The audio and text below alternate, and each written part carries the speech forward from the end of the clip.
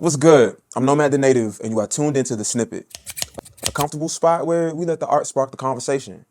I link with artists, and we take a deep dive into the emotions and context that drive our creativity. So, join us as we connect, collaborate, and converse here on The Snippet. What's good? You know what this is? I don't. It's The Snippet. Damn it. It's The Snippet. The snippet, okay.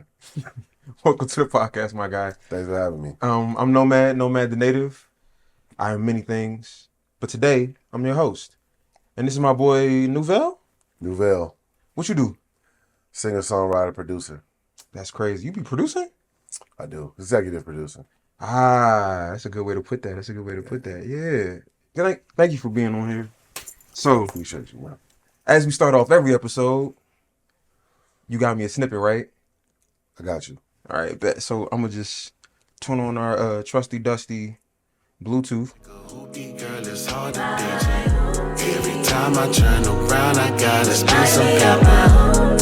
If it ain't the battery, it's the alternator. Forcing me to live this way, but I can't do no ultimatum. I can admit that I like all my women vain, so I put myself in this silly predicament. Tricking my mind into thinking that high maintenance baddies like driving the caddy, but really it's burning a hole in my soul. Not to mention my pockets, expenses are out of control. Gathering coins and taking out loans, attempting to keep my whip on the road.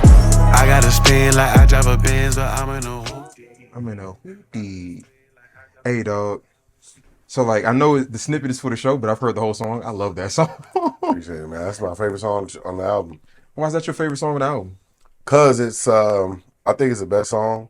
I put in a lot of work into that song, mixing wise, layers, harmonies, and I mean, essentially all my stuff is true to me, but that song is it's a testimonial.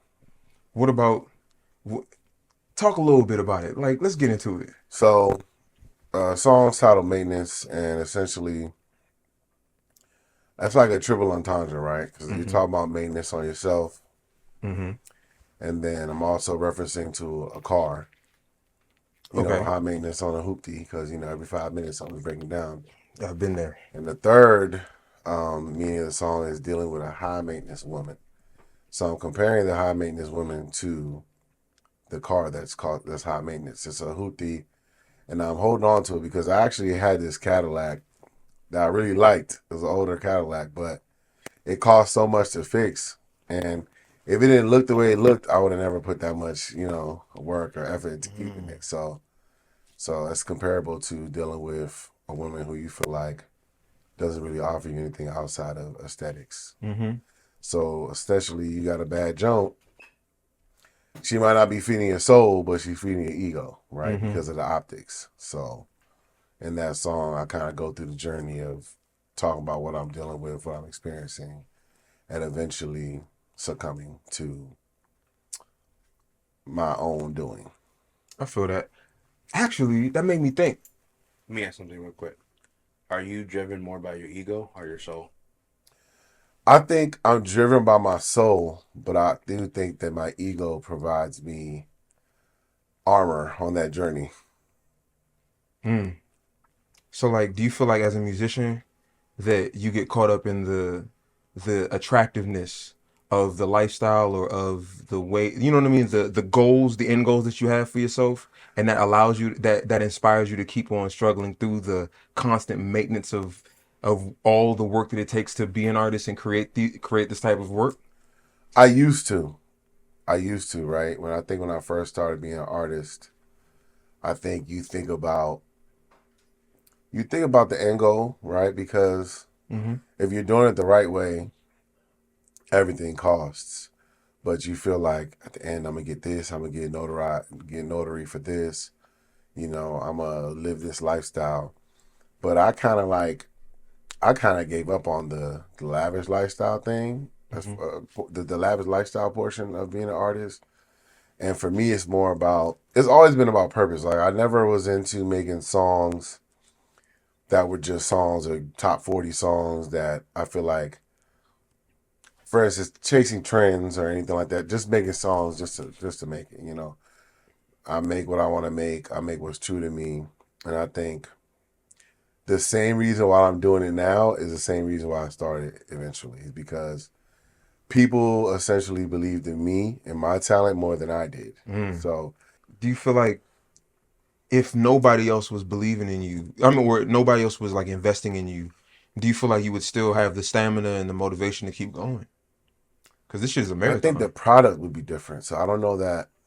I think because of who I am, I'm just a musician. I just sing all the time and I just write stuff all the time. Mm-hmm. So I'd still be doing that.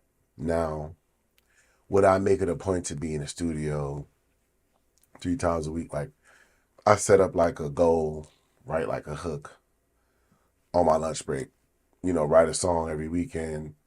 I'll come in here 3 o'clock in the morning and I'll record like 10 references. I don't know if I'll be doing that without like the community that I have around me, because I'm kind of like a drug addict. It's like a drug addict where they're chasing the next high. I'm chasing the next hit. I'm chasing the next thing that I feel like, oh, this is gonna be my magnus opum. Like Red Lobster, I feel like that was my magnus opum at the time. Now I feel like, oh, I've evolved. I got maintenance coming on, and I got other stuff that haven't come out yet that I think is better than that. So it's kind of like being consistent has provided me with more examples of the product that I'm trying to achieve. Do you feel like you're creating for somebody? Are you creating just for yourself, or do you feel like you're creating for other people as well? I just now got to a point where I feel like I'm creating for other people. I feel like I'm naturally creative. I'm naturally, I played the instrument growing up, played the piano, played the trombone. I understand melodies and harmonies. So that's just that. There's like a formula to just making stuff that sounds decent. But as far as like the writing aspect, that's where you kind of have to. I can't just write to my experience. I gotta write to everybody. I gotta write to a group of people who I believe can empathize with what I'm talking about. I think now I write to try to include everybody in the journey, right? Include everybody in the I like that. So I very much find myself like battling with, maybe not battling, but trying to juggle creating for myself and authentically for myself and from myself, because part of why I started was purely just to express where I'm coming from and get things off my chest.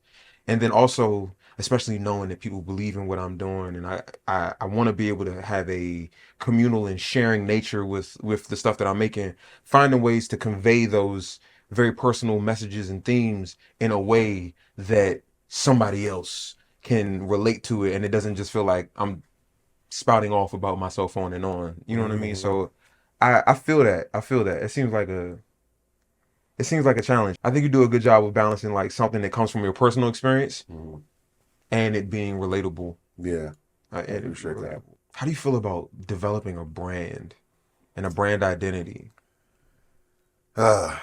It's one of my least favorite things about being an artist, because it's like when I first started doing this, I'm like, oh, I made this song. I think it sounds good. Everybody listen to the song. But then coming from a consumer point, developing the brand is like that's a whole nother commitment, right? You gotta figure out your image. You gotta figure out it's like a business. What's your mission statement? What's your why? Stuff like that. At one point I had met with somebody they were like managing for. So when they asked me a whole bunch of questions, I couldn't necessarily answer.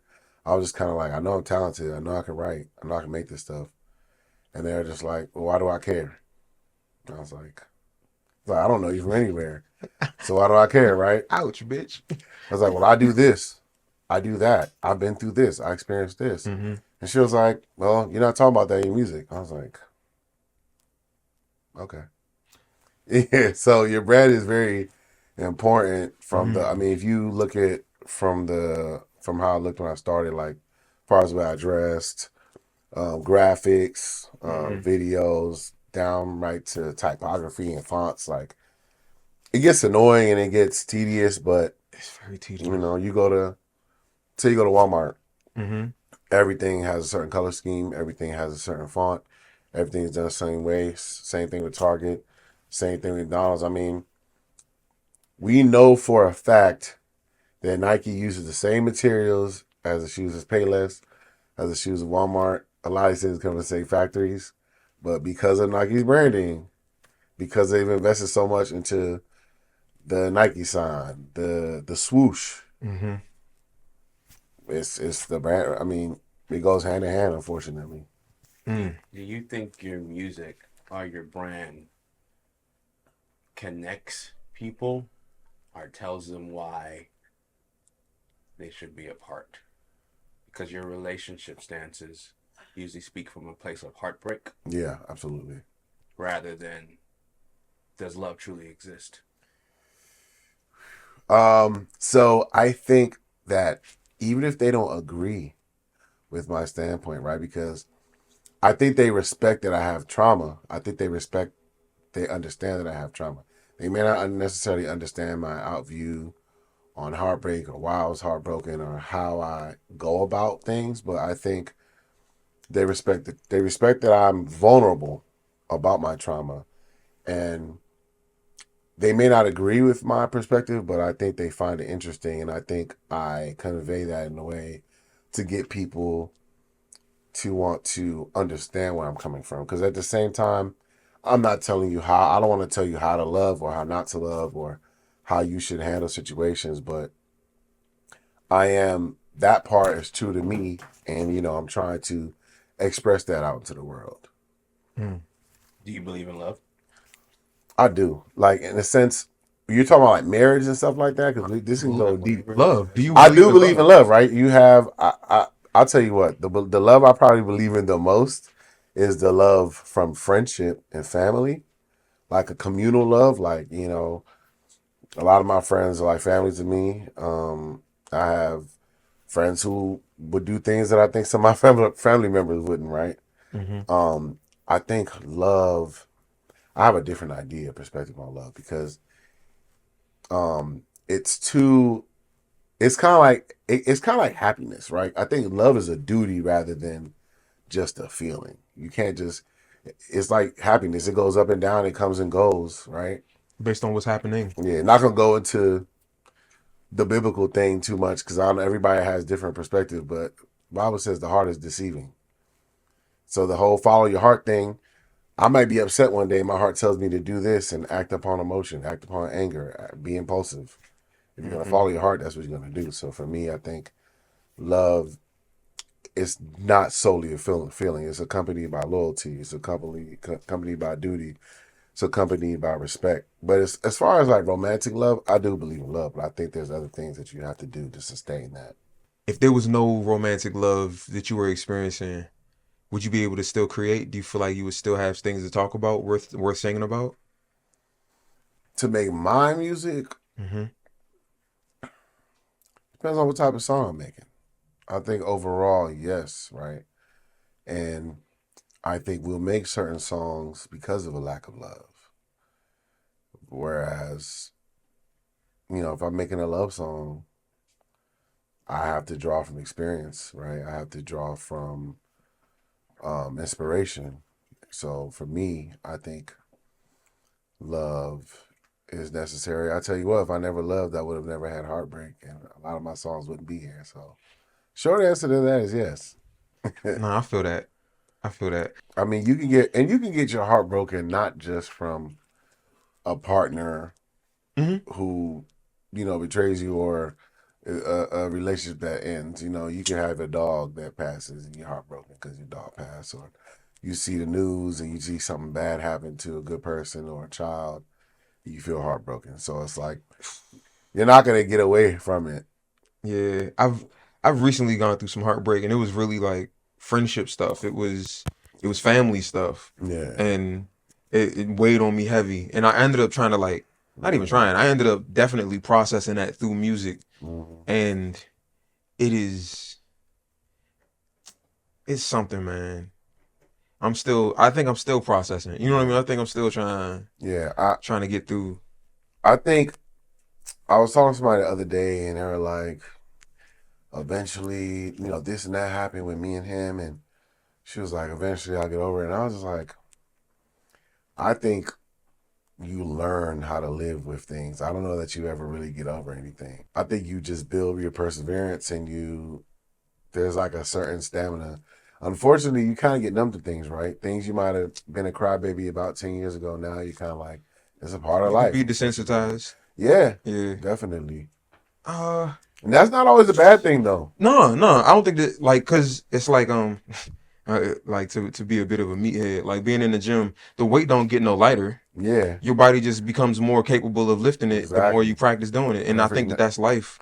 And for me, it sounds like for you as well, that through art, we become more capable of processing hurt or processing our feelings so that we can either show up better or at least not be so weighed down by heartache or matters of the heart. Yeah, absolutely. I've actually got to a point where it's like, if I'm, dating a chick and for whatever reason the situation goes left, I'm like, oh, this is about to be a good song.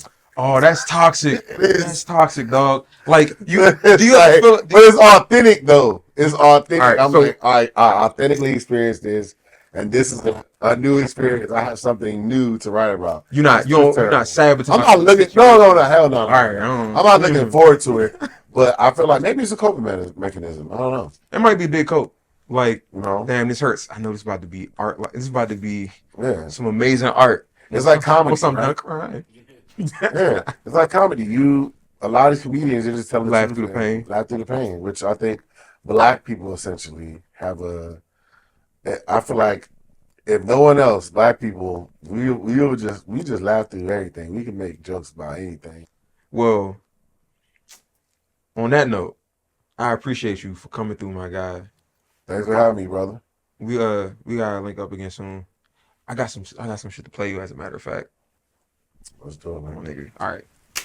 Gathering coins and taking out loans, attempting to keep my whip on the road. I gotta spin like I drive a Benz, but I'm in a hoopty. I gotta spin like I drive a Benz, but I'm in a hoopty. Hey, son. Thanks for tuning in. I hope you enjoyed this episode, and if so, then comment, like, subscribe, follow, disagree, whatever. I mean, this is a show by the artist for the artist.